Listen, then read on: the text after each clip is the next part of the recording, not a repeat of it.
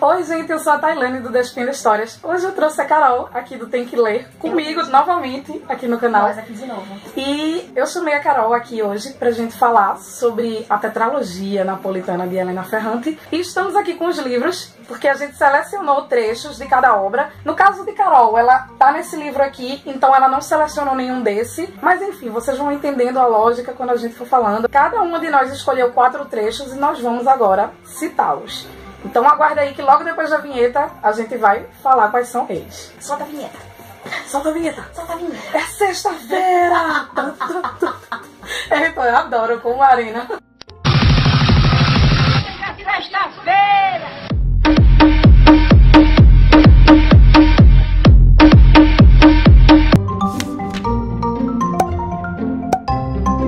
Antes de mais nada, eu queria avisar que como são trechos de uma série, né, gente? Em algumas partes é meio impossível não ter spoiler, mas nessas situações a gente vai avisar, tá? Então não se preocupem. Podem continuar vendo, qualquer coisa a gente avisa quando tiver. Eu acho que principalmente os meus, eu peguei mais coisas que são acontecimentos, porque é pra mostrar a personalidade das personagens. Então, assim, são coisas que eu gostei bastante. É um acontecimento que pode ser um spoiler, então a gente vai avisar, não se preocupe. E eu fui mais pelo lado literário da coisa, porque eu sou dessas, de ficar pegando a linguagem e tal. Mais pelos cortes, assim, pelas facadas. Literalmente, né?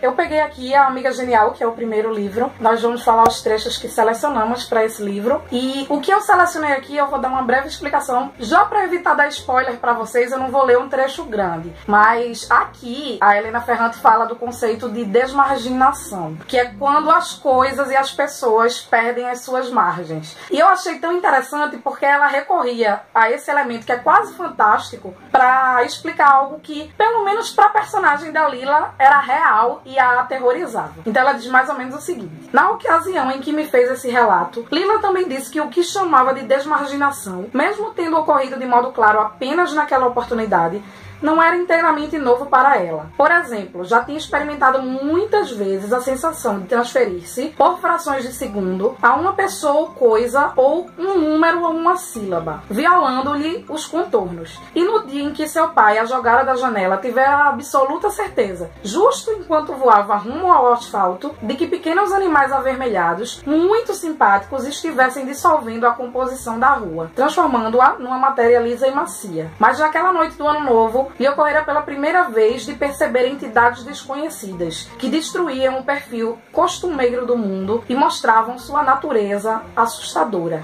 Aquilo a transtornara. E esse é um conceito que ela explora bem durante toda a série. Eu fiquei... Engraçado é que toma outro peso quando falar de voz alta, né, bicho? Porque a gente lendo, a gente não sente essa intensidade. Se você for ler em voz alta, tô ligada, viado. Eu acho que isso é um dos elementos do livro que mais... me tocaram assim.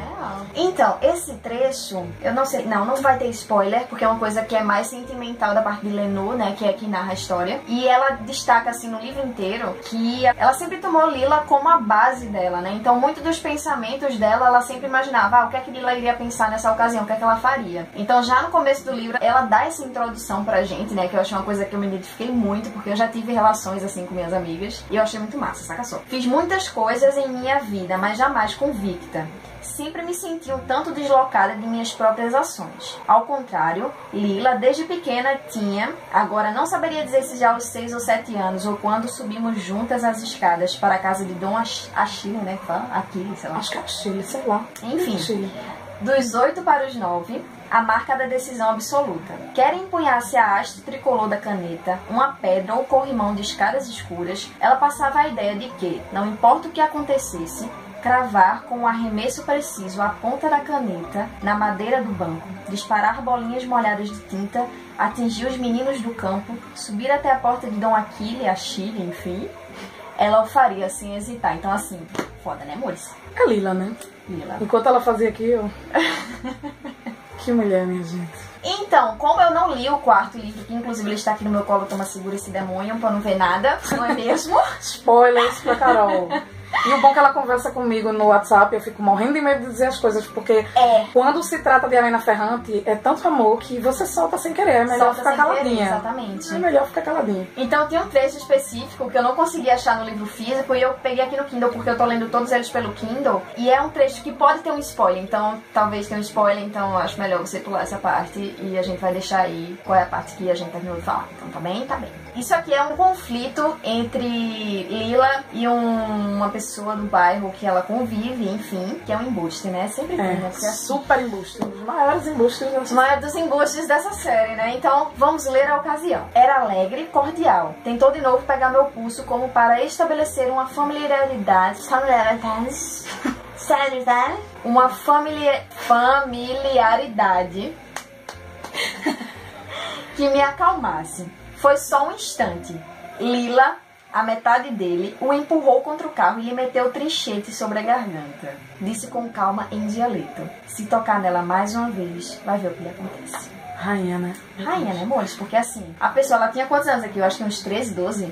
Ela logo no começo do livro. A criatura ameaçou um cara, né? Isso aqui é na época de quê? É 60 ou é pela dos anos década 60? de 60, eu acho. Pela década de 60. Pós-guerra, assim. Talvez seja um pouco antes. Eu acho que é mais um pouquinho antes, Então, assim, nessa época, a criatura, uma pré-adolescente, ameaçar um cara mais velho que ela com um trinchete na garganta.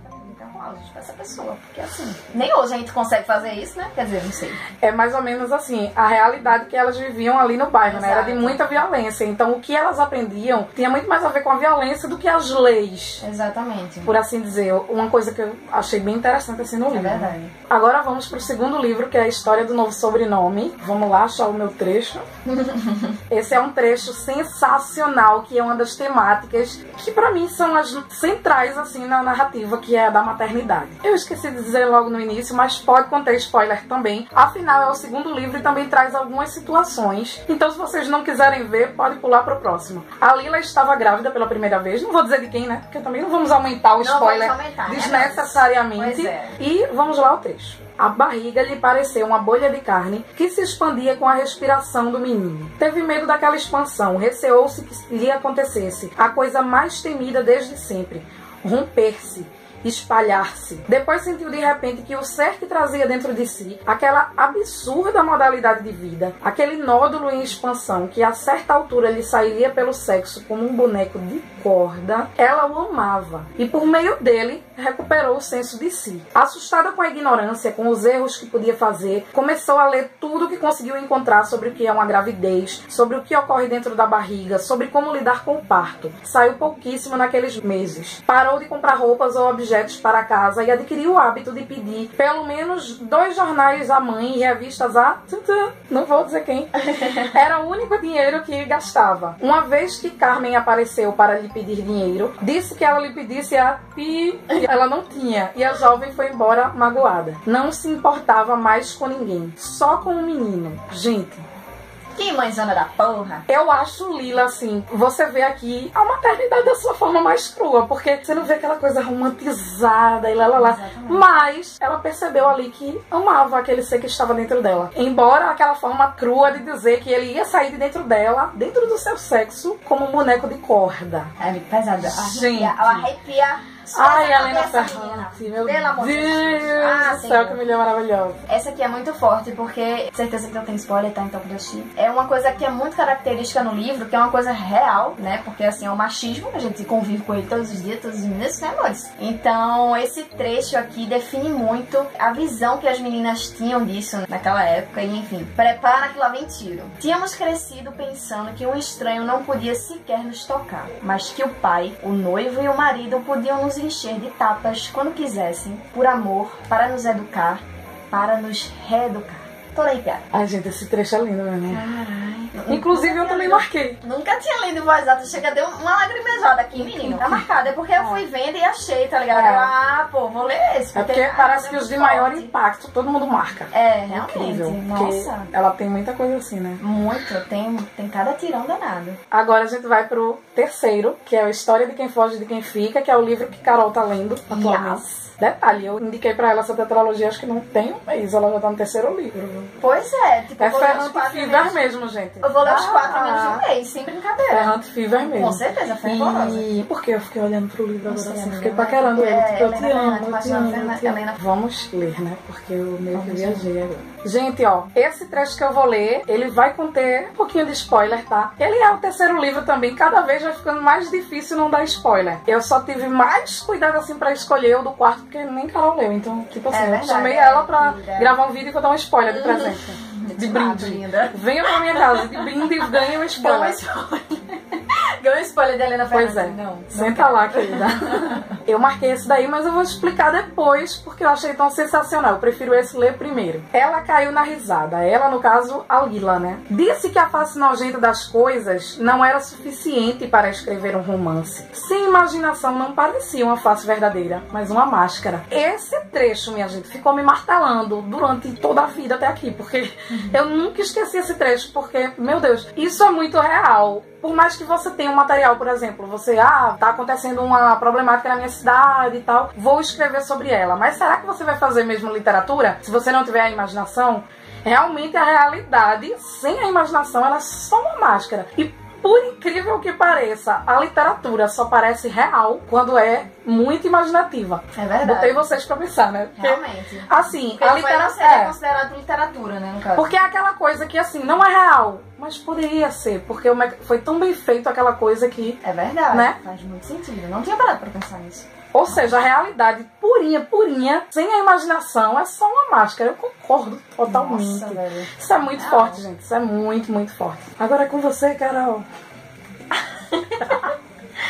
Pronto, agora é uma discussão entre Lenu e um ex-namorado dela, que eu não vou dizer o nome, não é mesmo? Eles estão conversando sobre política e etc. E ela diz o seguinte: essa era a etiqueta com que muitas vezes, anos atrás, ele zombava de mim quando eu tinha medo de ser surpreendida em seu quarto. Fora da vigilância dos outros, falei de chofre. O pequeno burguês é você, por origem, por cultura e por comportamento. Aí ele responde: não queria ofender. Aí ela diz: não me ofendi. Aí ele diz: você mudou, se tornou agressiva. Isso porque Lenu, ela sempre foi a mais quietinha. Entre Lila e Lenu, ela sempre era mais calada, mais quietinha, menos agressiva. E Lila sempre foi a que falou na tora tudo que ela pensava, mais despachadona. E ela sempre foi vista como uma pessoa agressiva, como louca, como tudo de ruim, só porque ela dava a opinião dela firmemente e porque ela fazia coisas que os homens não gostavam, não é mesmo? Agressiva, ninguém viu a agressividade, né? Meu Pois Deus. é. Aí depois, sexo frágil, somos nós.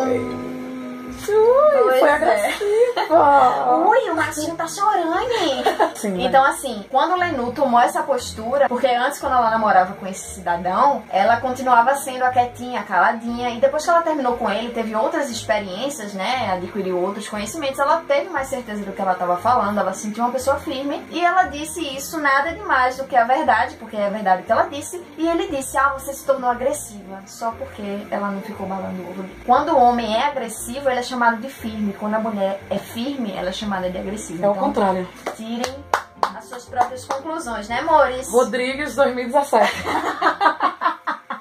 Adoro. Uma coisa que, assim, fica muito claro nesse trecho que eu vou falar agora é como a Helena Ferrante conseguiu unir tão bem todos os elementos da série. Porque uma coisa que eu tava falando ao Carol quando a gente tava vindo pra aqui pra casa é que muitas séries eu não queria ler porque elas não sabem dar uma concatenação em tudo que elas jogam. E Porque nem a dá série vontade de assistir, ou de gente ler, né? Porque as séries elas vão jogando coisas, mas elas têm que amarrar aquelas coisas. Exato. Não necessariamente dar uma explicação. Eu não acho que tem que dar uma explicação. Mas ela tem que ter um jeito seu de fazer algo com aquilo. Vai só jogando, Fazer sentido ter outro livro sobre aquilo, sabe? Pois é. Aí, aqui ela fala mais ou menos assim. Também cortei a parte do spoiler. Então não vai ter spoiler nessa parte. Gata. Isso é Lenu, que é a narradora, né, falando também sobre a relação dela e Lila. E nos volta muito ao primeiro livro, quando ela fala sobre o conceito de vestígio e tal. Que, aliás, se vocês quiserem ver esse trecho, eu não repeti aqui porque eu já tinha vídeo aqui no canal, então eu vou botar nos cards. Então é só vocês verem logo depois. Mas se tratava apenas de uma voz inventada pelo mau humor. O que ela realmente pensava sobre minhas atitudes de mãe, eu de fato não sabia. Ela é a única que pode dizê-lo, se é verdade que conseguiu inserir-se nessa cadeia longuíssima de palavras para modificar meu texto, para introduzir com astúcia elos faltantes, para desatar outros sem se dar a ver, para falar de mim mais do que eu tenho vontade, mais do que sou capaz de dizer. Torço por essa sua intrusão. Espero por isso desde que comecei a esboçar a nossa história, mas preciso chegar ao fim e submeter todas essas páginas a uma verificação. Se eu tentasse fazer isso agora, certamente travaria. Estou escrevendo há muito tempo e estou cansada. É cada vez mais difícil manter esticado o fio do relato dentro do caos dos anos, dos acontecimentos miúdos e grandes, dos humores. Sendo assim, eu tendo a passar por cima dos fatos relacionados a mim, para logo agarrar Lila pelos cabelos com todas as complicações que ela tem, ou pior, deixo-me tomar pelos acontecimentos de minha vida apenas porque os desembucho com mais facilidade. Mas eu tenho de me furtar a essa encruzilhada. Não devo seguir o primeiro caminho, no qual, já que a própria natureza de nossa relação impõe que eu só possa chegar a ela passando por mim, eu acabaria, caso me colocasse de fora, encontrando cada vez menos vestígios de Lila. Nem devo, por outro lado, seguir o segundo. De fato, o que ela com certeza mais apoiaria que eu falasse de minha experiência cada vez mais profusamente. Vamos, me diria, nos conte que rumo sua vida tomou. Quem se importa com a minha? Confesso que ela não interessa, nem mesmo a você. E concluiria, eu sou um rascunho em cima de um rascunho. Totalmente inadequada para um de seus livros. Me deixe em paz, Lenor. Não se narra um apagamento. Caralho, eu tô toda... Putz, velho, nossa! Não dei spoiler, ainda deixei curiosa pra ler e chegar logo nesse. Nossa, velho, que tiro, que bom. Eu tô aqui toda arrepiada e não é a primeira vez que eu leio, eu já terminei de ler esse livro. Nossa, é porque lendo em voz alta, bicha, escorreu até a lágrima. Eu espero que vocês tenham gostado do vídeo, gente. Eu agradeço a Carol novamente por estar aqui no meu canal. Adoro. E lá no canal dela, nós vamos ter mais um vídeo também falando 4 motivos pra ler Helena Ferrante. Se bem que esses trechos já são vários motivos, não é mesmo? Pois é, mas pra dar mais motivos, falar um pouco mais sobre a história e não sobre os trechos, a gente fez um vídeo diferente pra lá. Claro. Então, vão lá ver. Eu vou deixar aqui na tela final, então vocês vão pra E não lá. esqueçam de curtir esse vídeo, por favor, porque a gente tá toda arrepiadinha. Curtam, compartilhem, porque a febre ferrante é maravilhosa. prevalecer. E deixa eu mostrar meu quadrinho, porque eu fico com tanto trabalho e o não bichinho deu, né? não mostrou. O bichinho, ó, foi maravilhoso. Nós vamos montar um fã-clube. Fazer uma carteirinha ferrante. Mais um fã-clube, né? Mais um, deve ter vários. 500 mil. Oh. Tomara que apareça. É, meu Tchau, Deus. gente. Até a próxima. Virei a ferrante Beijo. viva. Tchau, gente. Um beijo enorme e até o próximo vídeo do canal. Vão lá pro da Carol, tá? Bom mesmo.